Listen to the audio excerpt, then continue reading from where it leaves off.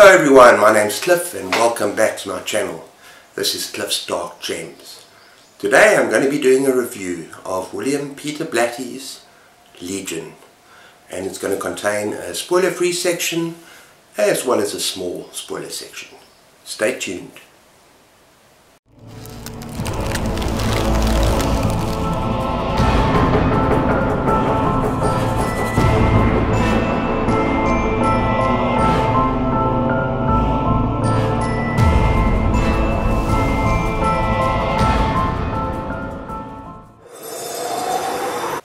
Okay, first of all I want to go through just a little bit of a history before the writing of Legion, of how it went from The Exorcist to the sequel Legion. Now, The Exorcist was published in 1971 and it is a terrifying tale of demonic possession, and I'm sure you all know the tale, but yeah, this girl gets possessed and it's about these priests. And so let's move on to in 1973, when the movie was released, The Exorcist. It was equally terrifying. In fact, many people call it the most terrifying movie ever made. And it actually won an Oscar for Best Screenplay, I believe. And yeah, it was an absolutely amazing movie. Unfortunately, in 1977, a sequel came out to the movie called The Exorcist II: The Heretic, and this was a dismal failure.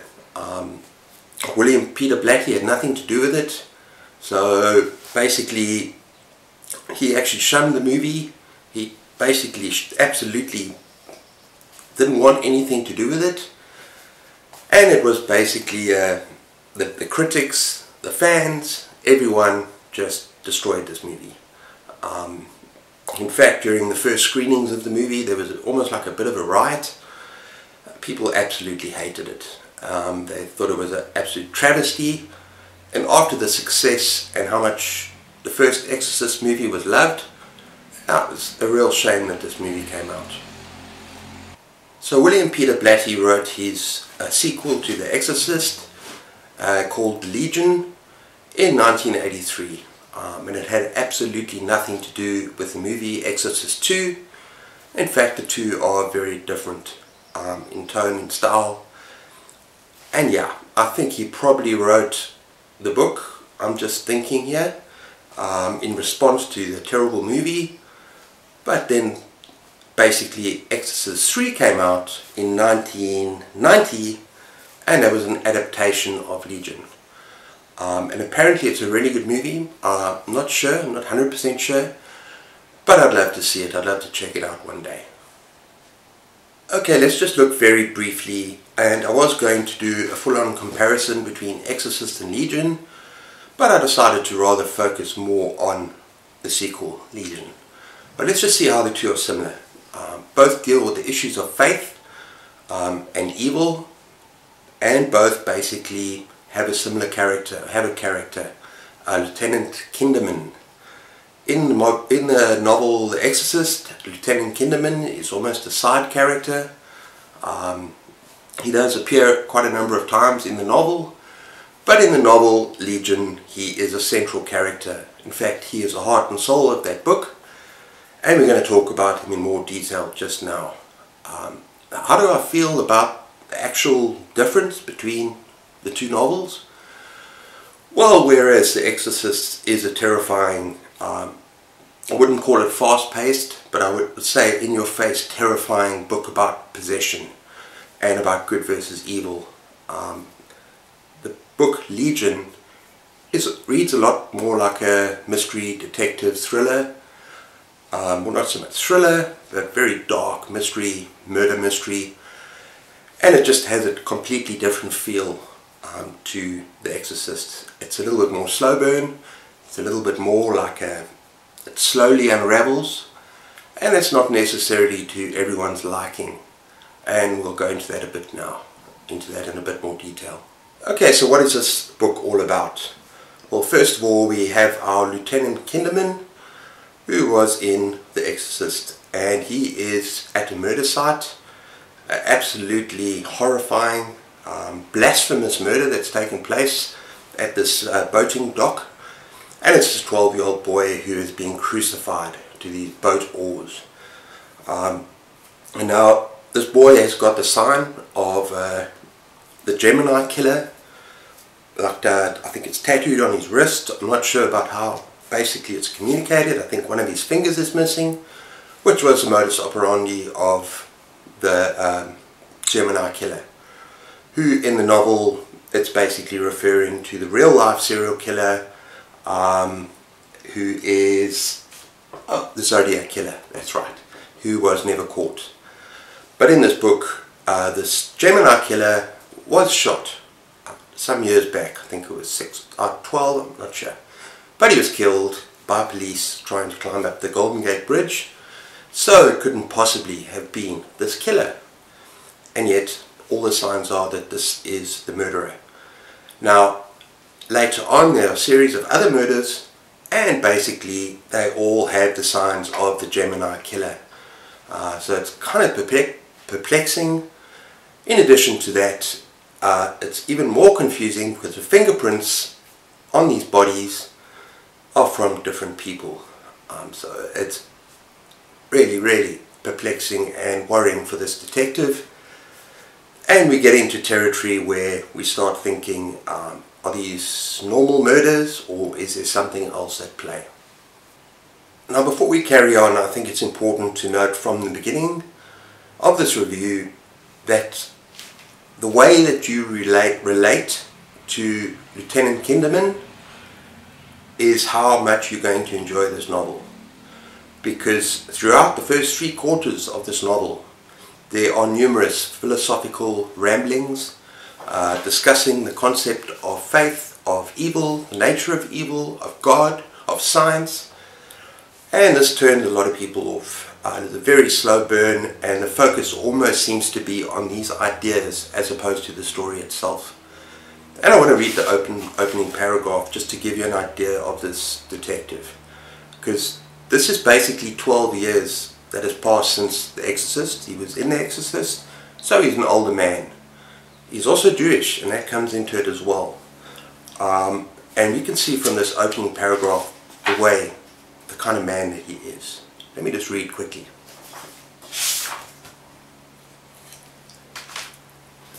He thought of death in its infinite groanings, of Aztecs ripping out living hearts, and of cancer and 3-year-olds buried alive, and he wondered whether God was alien and cruel. But then remembered Beethoven and the dappling of things, and the lark, and hurrah for Karamazov, and kindness. He stared at the sun coming up behind the Capitol, streaking the Potomac with orange light, and then down at the outrage, at the horror at his feet. Something had gone wrong between man and his creator, and the evidence was here on this boathouse deck. I can see from the very beginning that the lieutenant is actually very sensitive. He's seen horrors in his job. He thinks he's seen it all, but these murders and this whole case really shakes him. And throughout his interactions with other people during the novel, he goes on these philosophical ramblings, as I said, questioning his faith, questioning religion, and I have to say it gets a bit much. For me, for the first 3/4 of the novel, I would have given this maybe 2 stars, merely because it takes away from the narrative. I was expecting a lot more horror, but instead I got all this philosophy. And yes, it ties into things, and it's kind of important, and some of it was really interesting, but I just felt myself wanting more horror and less detective work and philosophy, which is at the heart of this book, and the first 3/4 of the book anyway. I'm going to get to that as well. There were some very interesting settings in this novel, and in particular in this hospital and in this psychiatric ward, where we actually meet a couple of characters that could well have been the killer. We don't know. We don't know if they're red herrings or whether they suspects or whatever. They're obviously suspects. The detective does think that something is up here, because one of the things that happen in these murders is that the victims are injected with something that paralyzes them. So they feel everything, but they can't move. My favourite characters in this novel was a Jesuit priest, Father Dyer, I think it is. And it was really interesting his friendship with this Jewish detective, because it's Jesuit priest and this Jewish detective, and often they have these philosophical discussions about God and about the nature of man. What I found interesting is that these discussions focus so much on the religion, but it almost went above that to the bigger questions. And so it's almost like it's not just people that are religious, Christians, Jews, everything. It's not about that. It's about the big relevant questions in life. Where do we go when we die? Who are we? How does science relate to faith? There's some very fascinating things. But as I said before, sometimes I just glossed over and tried to almost skim read some of these scenes, because there are so many of them. And this detective goes off on wild tangents, sort of eccentric, and some of it you just don't follow. It's like, what the hell has this got to do with anything right here in the novel? But like I say, there were certain scenes. I enjoyed his friendship with this father. I also enjoyed some of the doctors, and there's a psychiatrist or psychologist in this hospital, in this patient's wing, the kind of patients that are a little bit gone, senile, and he's an absolute arsehole. And he takes the way he treats his patients, the way he treats everyone. I really couldn't stand him, but he's still very interesting, and he becomes a suspect as well. And then there's another character as well, who's a doctor who has lost his wife recently, and he wants to give up on his practice. He gives his patients to other people, and he's got a very interesting hobby experiment, thing he does at home. I'm not going to say anything else. I found it very, very interesting. Okay, before we get to the spoiler section of the review, do I recommend this novel?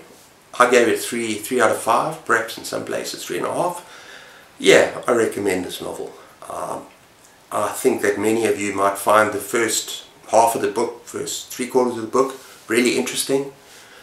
It was a little bit lost on me, but the last quarter of the book was amazing, and it really made up for what I went through at the beginning.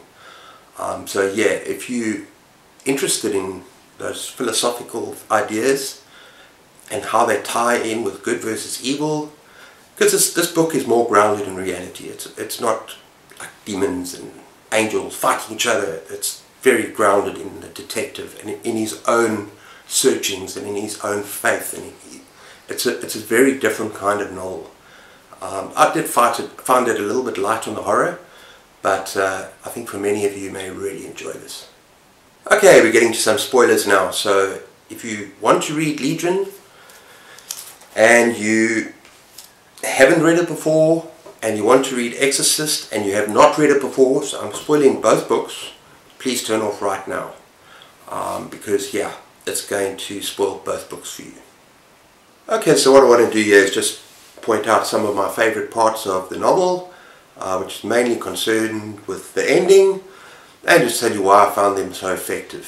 At the end of The Exorcist, you got Father Karras, who basically persuades a demon within Reagan, within a little girl, to possess himself, and then he jumps out the window to his death, apparently.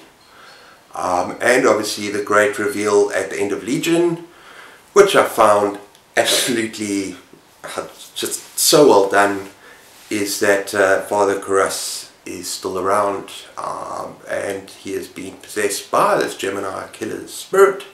I'm not sure how all that worked, I can't remember, but I do know that it was a seriously effective ending for me. But what I found even more fascinating was that these elderly patients of this wing, of a seriously disturbed wing, that they were the ones responsible for the murders. And I found that particularly chilling to imagine. It's almost like a zombie thing for me. It's just to imagine that these elderly people are possessed and then they pick up this thing that I mentioned earlier, where they basically they wouldn't have the strength normally to be able to commit these terrible crimes, but they inject them with this thing that makes them paralyzed, so they can just take their sweet time and do it, obviously through the eyes, well, the serial killers inside them. And I just found it absolutely chilling and absolutely damn horrific and something out of nightmares. So I thought I'd just point that out, that was one part of the novel that really, really affected me, just that concept. Other thing that I really enjoyed was the doctor who's lost his wife. He's also got this condition, this psychiatric condition, I'm not sure, where you kind of lose parts of your memory, or it's almost that you blank out, which is I think a big thing with the patients as well. And he does his experiments with tape recorders and voices, and ends up recording the voices of the dead, communicating with the dead. There's this whole idea that the dead can speak to us, but we just don't hear them at the frequency. And so he gets increasingly more sophisticated equipment to be able to communicate with the dead and with these spirits, not just one spirit. And that between heaven and hell, between heaven and our plane of existence, there's almost this purgatory where when you die you go to this purgatory. I just found that particular concept absolutely fascinating. I just wanted to point that out, and those were spoilers. As I say, what I didn't enjoy was the philosophical ramblings, but for all of you, many of you might enjoy that, and you might enjoy that content, that part of the novel. Okay everyone, that's my review of Legion. I do recommend it if you want to give it a try. I don't think it's in the same thing as The Exorcist, which I think is superb, but give it a read and make your own mind up. Let me know in the comments below what you think, and in the meantime, take care of yourselves, keep those pages turning, and cheers.